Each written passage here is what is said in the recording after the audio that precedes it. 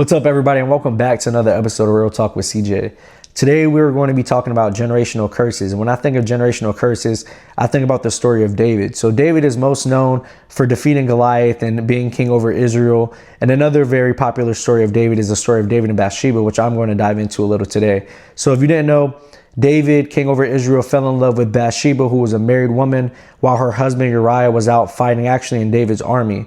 He slept with Bathsheba, got her pregnant, and then ended up getting her husband Uriah killed. So David was battling lust because he fell in love with a married woman and then slept with her and got her pregnant. But he was also battling a murder spirit because he ended up getting her husband murdered. This obviously did not please God.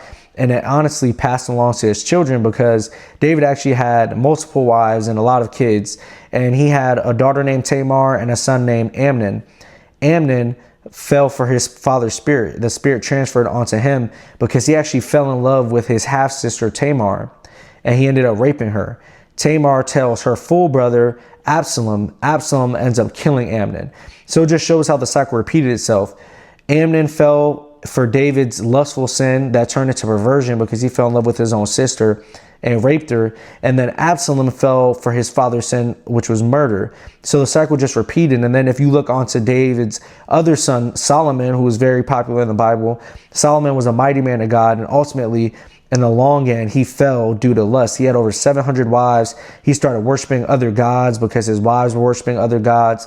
So it shows how the lustful spirit that his father David dealt with passed along to him.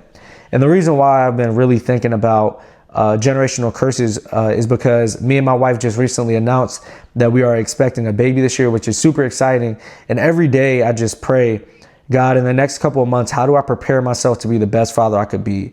And outside of just financially taking care of my family, I'm more thinking, how can I spiritually set my kid up for success? How can I make sure that they're walking in the right direction? And I just started thinking about the generational curses, the things that I've battled, the things that my wife has battled in the past, and going down our generational line, like going as far back as I could think of what my family's battled that's just passed throughout the bloodline. And myself, I battled lust, I battled anger, I went through depression, anxiety, all these things. And my wife and her side of the family, they battled mental illness as far as depression, anxiety, suicidal thoughts.